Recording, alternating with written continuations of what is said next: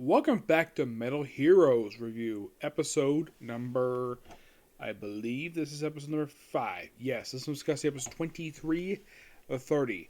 Now, before I start about these episodes, now you're probably saying, Nick, are you changing your mind exactly how far we're going to go with this franchise? Like, first you thought, 3, then 4, then 6. What I'm actually going to do is going to do the first 15 out of 17. Not exactly all in a row per se. I'm going to switch to a different series and different anime. But the reason I'm top 15 because the last two are kids based. And I have no interest in watching those. So when I finish up 15 to 17, I'm going to stop there. And the only thing else I'll watch this franchise is just the movies. That's simply it. Now, these episodes are, now in the case of 23, 29, a lot of it's standalone episodes. 30 is basically a turning point in the series because it introduces a brand new set of characters, at least 3 in the same episode. Now, a lot of these episodes simply have the beat of, let's have basically like various strange things happen. Now, the first episode, mind you,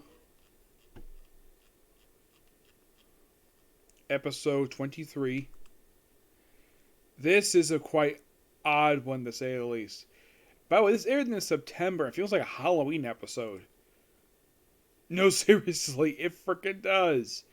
Where, like, it involves various women get kidnapped by this guy driving a coach, who, the way he's dressed, it seems like he's from, like, the 19th century. Like, what is this? It's like he's the Phantom of the Opera, while also being a freaking vampire, and apparently trying to marry about 9 women. Actually, it's more like about 7, including Gavan's adopted sister. Of course, Gavin finds them, and of course, the reason why they do this is because they want to make more species like themselves. One of the beasts in Empire planets. Yeah, it's an interesting idea, but the creepiness of this episode is seeing these, like, some of this one basically where you only see their heads inside these little boxes that they're in. Yeah, that was a really creepy aspect about that episode.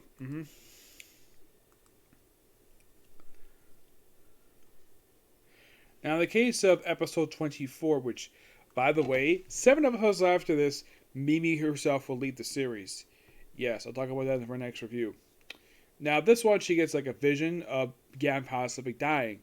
And this also is the first of 2 episodes in a row. He defeats a monster where he does his Galvan Dash, where he does a flip, then he does a slice. He actually did it one at a time after this one, but he only did like 3 of these episodes. These 2 and plus 1 toward the end. And most of this one is all about Mimi trying to prevent Gavan's death. That part has succeeded. And of course, Gavan also takes time to chop off this jaguar monster's claws. Yep. But it's all about Mimi a lot of the time. And of course, she also got fever. But it's definitely good. It's one of the 2 episodes she actually put in peril. There is actually another episode she is put in peril, but I don't think it's the next direct one, is it? No. But it is the first of a couple episodes where the whole plot point of this one involves a flower. Yes, seriously, a flower. Yeah, where in the case of episode 25, the plot of this one involves basically young girls, being high on a drug created by a Magroku monster to make them act more masculine, and guys act more feminine. Yeah, and the whole point of this is one of a couple times they want to start a war. Of course, Gavan does stop at the very end, but it's an odd idea to use drugs on kids. But not like cocaine. It's more like gas, basically put in a little bottle which has a flower in it. Which, okay, that's an okay way of doing it, but man, it's just kind of weird. 26 is simply, let's start an episode off with a group of guys who basically storm village and gas everybody to freaking death with gas guns. Not knockout gas, poison gas. And take pictures afterwards. And one of the members basically that is randomly run into by Kyoto, because, and by the way, the group is called Dreambird. Why they call it Dreambird? Don't know. It's theorized these people might be just some random terrorist group in operating Japan, But no, they're actually working for the Moroku. They're bosses, anyways. One of like 2 times in all these episodes where the group does not know they're working for a monster until he transfers right in front of them. Yeah, this I thought was kind of weird. Though the guy who basically he's doing this because he wants to raise money to save his sister who needs surgery. Surgery is successful, but he ends up dying at the end of the episode. I thought the episode was a good character piece for a standalone character. Oh yeah, and 27 is the same exact type of plot as the same revelation plot thread. We have it where this one of the grandkids of Gavan's Earth boss. Which, by the way, he does not appear for us. He doesn't appear in these episodes at all. As a matter of fact, he goes back to that little stable he worked for, like, once in, like, 8 episodes. It's almost like, basically, they dropped the aspect of the Avalon Club where, like, the boss appears for, like, one more episode after it's dropped very early on, and he just does whatever the heck he wants. Probably, and this is my purse, I think some writers must have felt as though the Avalon Club may have been a distraction. Maybe some people may have found it a bit annoying. The fact he had to go back to a horse club in order to basically make money. I don't know if he's making money now because he hasn't shown up for work for a while. Yep, but you have the kid who basically goes back to eating rabbits because you said now this starts a lot better than 26 did, where it involved gas guns. This one just a kid looking for a rabbit, and the rabbit put back, and all of a sudden he forgot. Oh crap! I forgot to feed the rabbits. And he goes up and finds the rabbit missing, and then he sees the principal with both rabbits. Now this I thought was kind of weird. I think this is basically, I don't know if it's a fault of the people who made this episode. He says 2 rabbits, even though the cage they were in had 3 rabbits. Did he miscount? Where did the rabbit go? I don't know. I thought it was a weird plot thread. I think that's actually the fault of the writers of this episode. I'm not going to blame that on the kid per se or the prop people. I blame the writing for that part of the episode of why he thought there were 2 rabbits, even though in the cage there were clearly 3 rabbits. 2 white rabbits and a gray and white rabbit. And the rabbits themselves disappear, and it's implied this Moroku monster who's posing the principal killed them and buried them, which thank God they didn't show it because that would be kind of gross even for kids who watch the show.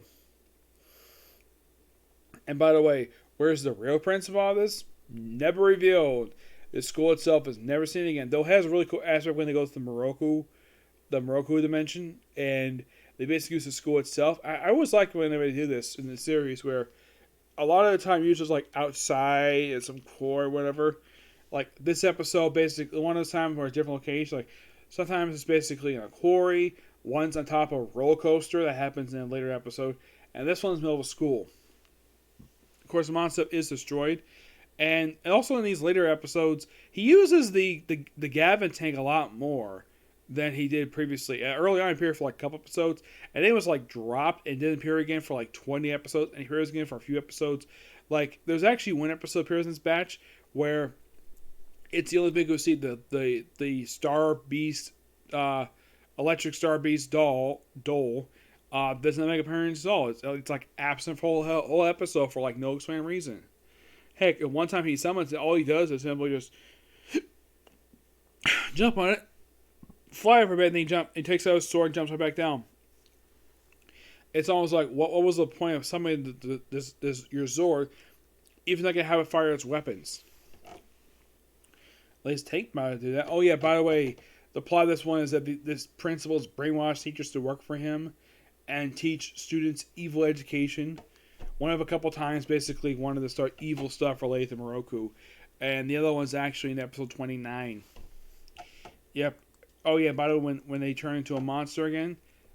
Now, they of course also realize, oh crap, he's a monster, so run away.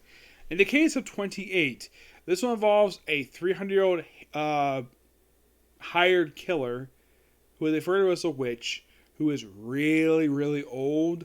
How the heck this woman's still alive? She's not human. She's an alien. So they restore her youth via this life flower. And this is also another episode Mimi's put in peril, but not direct. This one's actually more direct. The other one's indirectly because of her visions about Gavan's death. But this one's basically where she gets poisoned by the hired killer, and of course, Commander Quinn is basically brought in. Now, here's the thing: he does not chastise Gavin for his daughter being injured. He does not chastise him at all, which is a bit different per se. He realized though this technically could have been Gavin's fault, but he's basically accepting the reality as it is. Basically, that Mimi basically took the bullet for him, and he probably thinks it's very brave of her to protect the man she loves. And you're probably thinking, does he know his daughter is in love with Gavin? Don't know. It's never really dealt with at all. And then of course Gavin goes after. By the way, her name is Monica. So he bows and and finds out she actually did love a space sheriff before this. Who the space sheriff was, they never say his name, and they show a flashback where he died while another killer. And apparently, from her perspective, that he apparently thought he was using her as a way to ploy to limit the hired killer, and both times she became a wandering hired killer. And of course, she gets poisoned, and of course, because Hunter Killer thinks that she's a threat to his position, so he has her taken in after she's poisoned. Gavin frees her, and of course he gives her a lesson of love, because of course it's kind of implied, it's kind of stated by Gavin that Gavin loves Mimi just like it's like he reciprocates feelings, but hasn't told her yet per se. Maybe he has, but it's not exactly explicitly revealed here. It's stated he does, but he hasn't told her yet. That would be kind of interesting to see, but that all depends. So, the life flower is used to cure Mimi, and, well, she's not much longer after this one. Nope. Not really. 29 involves basically a magical duel. Yep, a magical duel. And I believe this is an episode Mimi is actually absent for, from what I can tell. So, by the way, the monster form, the human form of this one, is the actor who later plays Mason in Bioman. Yeah, it's the same guy. Despite the fact his hair is more white here than he was in Bioman. Now, here's the thing. This aired in 1982. Bioman aired in 1984. How was it in 2 years hair became less white than it did here? Oh, by the way, it was so obvious he was evil because he wears a Mandarin collar. He has a Mandarin collared shirt coat. Yeah, it was so obvious this guy was the bad guy. And of course, claimed, oh, he was a magician. And of course, Gavan checked the actual registry for people who are registered magicians in Japan. Name's not there. So yeah, he's a Moroku monster. And they do this thing called the human warp, which now they do mention a trick about the water tank one. That is a legit trick.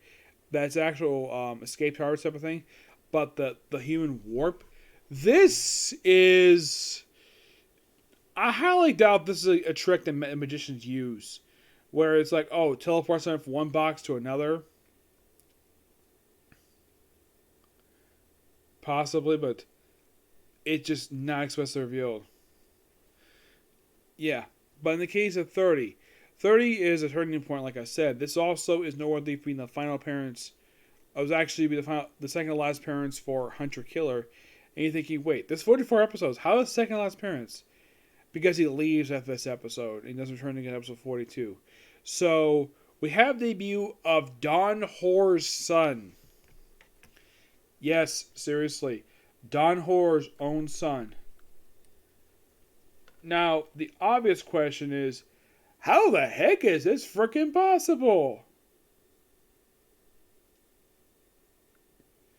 Which is a good question.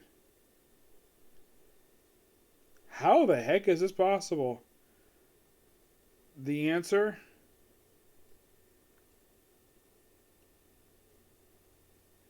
Well, basically, it's revealed that this witch Kiba, she apparently carried him in her body. Which, okay. So she is the mother. Okay.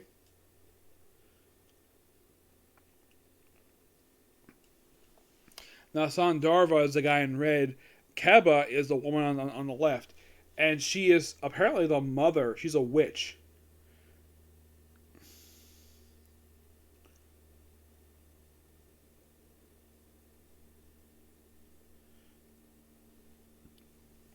So he does take on Gavan in the episode, and then Gavan basically finds out via a space sheriff code that look out for the eyes, skull eyes, and Gavan blocks it, and there's this person who's given the signal, and it's really in the episode it actually was Hunter Killer who basically gave Gavan the info, probably because he doesn't like him very much. So he is a clever traitor, so Don Hor banishes him to the dark galaxy for all eternity. Yeah, he'll be back in 12 episodes. Yeah, not gone very long. My guess is probably the reason why they wrote him out here, probably because the actor's probably in contract disputes, or he probably wanted to leave, but they probably brought him back for his one and only appearance after this. Probably just to wrap up the character. It's possible. But yeah, that's pretty much the 8 episodes in a nutshell. Now, I did check. There is no Case Closed movie today. Episode today. So, just the great job movie defeated. I'll come a little later after read 10 comic books. Okay. Next video. Bye.